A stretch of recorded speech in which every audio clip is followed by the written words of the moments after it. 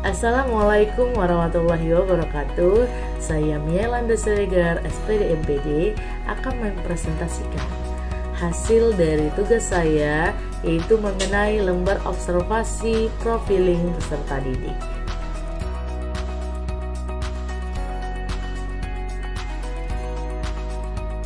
Lembar panduan observasi yang akan saya gunakan, yaitu yang pertama, saya merumuskan tujuan, yaitu untuk memperoleh informasi berupa dan mengenai latar belakang peserta didik di SMP Negeri 3 Medan.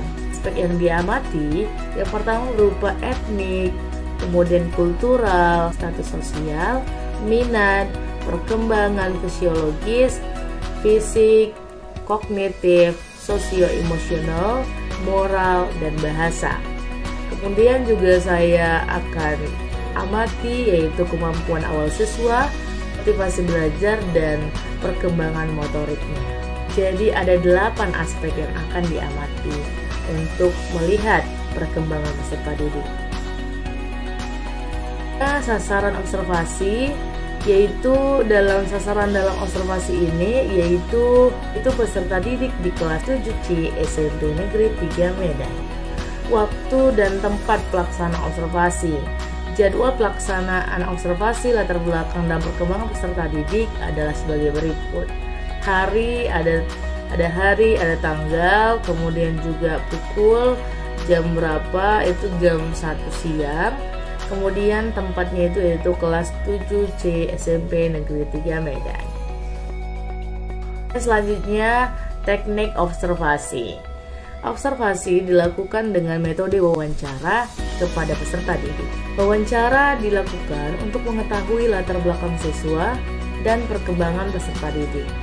Adapun indikator-indikator yang menjadi pertanyaan dan juga kegiatan wawancaranya adalah sebagai berikut, yaitu ada tentang data pribadi peserta didik, yaitu seperti nama, kelas, tempat dan tanggal lahir, alamat, agama, kemudian keluarga negaraan, jenis kelamin, pekerjaan orang tua ayah dan ibu apa, kemudian juga tinggi badannya, selanjutnya berat badannya, hobi kegemarannya apa, seperti itu.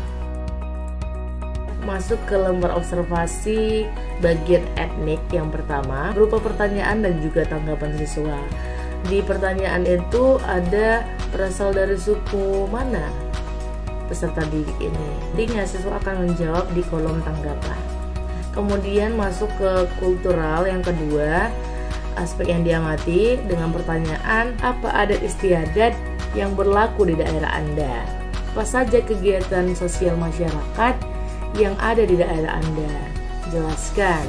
Yang ketiga, sebutkan kebudayaan yang ada di sekitarmu. Aspek yang diamati yang ketiga, status sosial, yaitu pertanyaannya apa pekerjaan ayah Anda, apa pekerjaan ibu Anda, apa penghasilan ayah dan ibu kamu dalam sebulan, kemudian berapakah jumlah saudara Anda, jenis transportasi apa yang kamu gunakan ke sekolah, apakah Anda mempunyai laptop. Yang keempat, aspek yang diamati adalah minat siswa, yaitu pertanyaannya adalah apa mata pelajaran yang kamu sukai. Indikator-indikatornya yaitu yang pertama, ini siswa menjawab tanggapannya itu berupa checklist, diberikan checklist terhadap kolom 1, 2, 3, 4 yang harus dipilih oleh siswa dengan kriteria kalau 1 keterangannya itu sangat tidak setuju, yang 2 tidak setuju, 3 setuju, dan 4 sangat setuju. Nah, jadi di sini indikator-indikatornya yang pertama, saya tidak berbicara sendiri ketika guru mengajar. Saya tidak mengantuk ketika guru mengajar. Saya tertarik dengan media pembelajaran yang digunakan guru dalam mengajar. Saya tidak bermain sendiri ketika guru mengajar. Saya menjawab pertanyaan dari guru. Saya bertanya kepada guru jika ada hal yang saya kurang pahami dalam pembelajaran. Kemudian pertanyaan terakhir yaitu saya selalu mengangkat tangan dan maju ke depan kelas untuk menjawab pertanyaan. Untuk mengukur perkembangan fisiologis dan psikologis, kognitif, emosi, psikososial, dan moral. Yang pertama adalah perkembangan fisik peserta didik, yaitu indikator-indikatornya yang dapat dipilih siswa adalah yang pertama, saya merasa nyaman dengan diri saya sendiri saat ini. Saya sudah mengalami mimpi basah bagi laki-laki atau menstruasi bagi perempuan. Saya suka meniru penampilan orang lain. Saya akhir-akhir ini mengalami sakit-sakit tertentu seperti demam, pilek, batuk, flu, dan lain-lain. Saya sering mengantuk ketika saat pembelajaran di kelas. Saya mudah lelah. Saya memperhatikan penampilan diri saya sendiri. Di sini siswa akan memberi tanggapan sesuai dengan kriterianya, yaitu nomor 1, 2, 3, 4 berdasarkan keterangan yang ada di bawah. Kemudian indikator lainnya, berapakah berat badan Anda? Kemudian berapakah tinggi badan Anda? Apakah Anda memiliki riwayat penyakit? Perkembangan kognitif peserta didik. Yang pertama, indikator-indikatornya, saya memahami penjelasan materi yang diberikan oleh guru. Saya sering mengangkat tangan yang diawali dengan pertanyaan guru selama pembelajaran. Saya aktif bertanya jika ada hal yang belum saya pahami selama pembelajaran. Saya suka mengaitkan materi dengan pengalaman yang pernah saya alami sebelumnya. Saya mampu mendeskripsikan dan menjelaskan suatu hal seperti benda dan lain. Saya lebih suka belajar kelompok dibandingkan belajar individu. Perkembangan sosio-emosional peserta didik dengan indikatornya, yaitu saya sering melawan perkataan orang tua, guru, ataupun orang yang di sekitar. Saya mudah bergaul dengan orang lain. Saya merasa kesal atau sedih jika keinginan saya belum terpenuhi. Saya iri melihat pencapaian orang lain.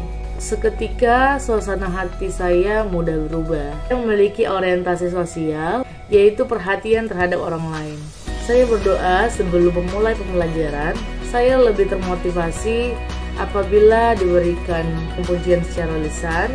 Saya cenderung belajar dari motivasi saya sendiri. Perkembangan moral peserta didik. Yang pertama, saya berdoa sebelum memulai pembelajaran. Saya membantu orang di sekitar saya yang mengalami kesulitan. Saya menghargai pendapat orang lain. Saya tidak memotong pembicaraan orang lain. Selanjutnya, perkembangan bahasa peserta didik. Saya mampu mengembangkan satu kata ke beberapa kata. Yang kedua, saya mampu berbahasa Indonesia dengan baik. Saya tidak malu menyampaikan pendapat ke banyak orang. Saya sering lupa untuk menyampaikan hal-hal yang dipikirkan. Saya mencari tahu arti kata-kata yang pertama kali saya dengar. Kemampuan awal siswa. Indikatornya, saya suka belajar materi pembelajar sebelum kelas dimulai. Menurut Anda, mengapa kita harus mempelajari matematika? Gaya belajar. Indikatornya sebagai berikut.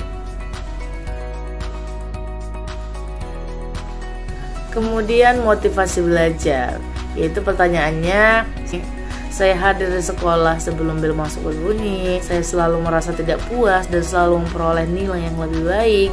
Saya belajar sendiri sebelum kelas tersebut dimulai, sehingga saat ditanya oleh guru, saya dapat menjawab pertanyaan tersebut dengan baik. Saya merasa belajar adalah hal yang menyenangkan. Saya tetap mengikuti pembelajaran walaupun pembelajarannya bukan merupakan bidang yang saya suka. Kembangan motorik. Saya mampu menuliskan angka dan huruf dengan baik. Saya mampu melompat, menendang, berdiri, duduk, dan melakukan aktivitas fisik lainnya dengan baik. Saya sering menggambar hal-hal yang saya lihat secara langsung. Kemudian saya bisa memainkan satu atau lebih alat musik dengan baik. Saya sering menuliskan hal-hal yang saya alami dalam buku diary atau note di HP. Mungkin cukup sekian yang dapat saya jelaskan dari lembar observasi profiling peserta didik yang saya buat. Saya akhiri dengan wassalamualaikum warahmatullahi wabarakatuh.